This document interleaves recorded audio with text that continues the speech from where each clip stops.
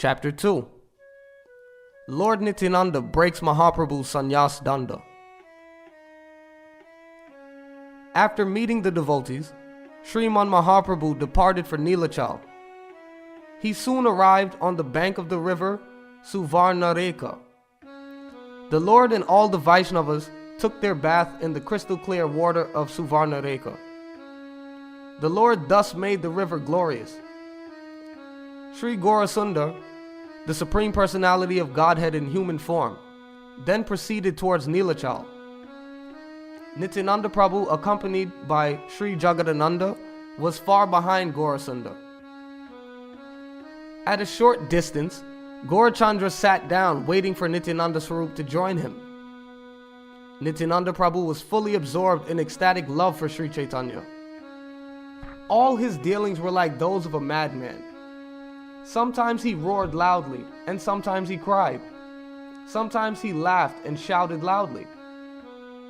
He swam in the river Suvarnareka and smeared dust all over his body. At times, out of love for the Lord, he fell to the ground so hard that people thought that his bodily limbs would break into pieces. Other times, he danced according to his own sweet will. When he danced, the whole world seemed to shake. This is not at all astonishing for him, since he is non-different from Lord Anantadev. He is now incarnated in this world as Lord Nityananda. Everything is possible by the mercy of Nityananda Prabhu, in whose heart Lord Gaurachandra constantly resides. Leaving Nityananda at one place, Jagadananda went out for begging alms. Sri Jagadananda had been entrusted to carry Lord Chaitanya's tree danda. He gave the Sannyas danda to Nityananda Swarup, saying, "Please keep the Lord's danda very carefully. I'm going to beg alms and will return here soon."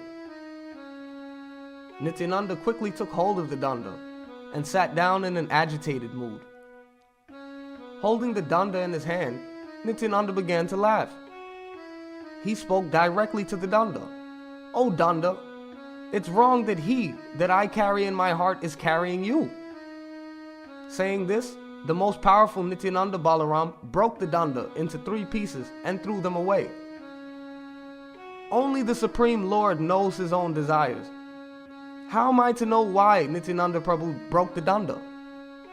Nityananda Prabhu knows the internal mood of Gaurachandra, and Sri Gaurachandra knows the heart of Nityananda. They are just like the 2 brothers, Sri Ram and Lakshman. Both of them know each other's heart. To teach devotional service, the one absolute truth has appeared in 2 forms. We can understand Gaurachandra simply by the mercy of Nityananda Prabhu. Who else is more powerful than Nityananda Prabhu, who can break the danda of Sri Chaitanya? Sri Gaurasundar explains all these things in some way or another. Anyone who understands this pastime in truth is easily delivered. After breaking the danda, Nityananda sat down peacefully. A short time later, Jagadananda returned. Seeing the Lord's danda broken into pieces, Jagadananda was struck with wonder. He became very worried within his heart. Jagadananda asked, "Who broke the danda?" Nityananda replied, "He who accepted the danda. The Lord himself broke the danda. Who else can break his danda?" Hearing this reply, Jagadananda said nothing more. He picked up the broken pieces of the danda and left at once. He went ahead where Sri Gaurasundar was sitting and placed the broken pieces in front of him. The Lord asked, "How did the danda break? You must have quarreled with someone on the way." Jagadananda Pandit narrated the whole incident to the Lord. He said, "The most sadly overwhelmed Nityananda broke this danda." Later, Lord Chaitanya asked Lord Nityananda, "Tell me, why did you break my danda?" Nityananda replied, "I broke this bamboo stick. If you can't forgive me, then punish me as you like." The Lord said, "All the demigods are present within this danda, and you call it a bamboo stick?" Who can understand the pastimes of Gaurasundar? If one understands them in a particular way, still they come out different. Anyone who claims he knows the heart of the Lord is certainly a fool. If the Lord wants to kill someone, he apparently shows warm affection for him.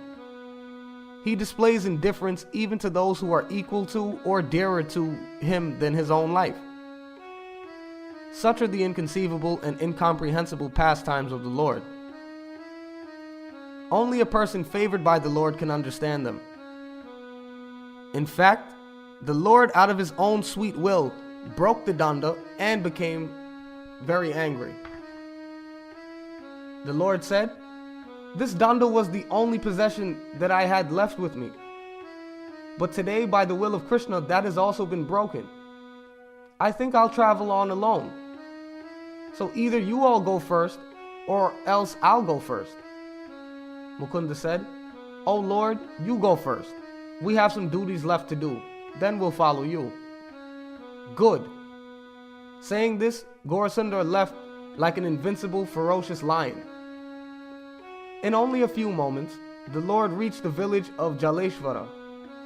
He then visited the temple of Jaleshwara in that village. The servants and worshippers of Lord Shiva became astonished to see the Lord.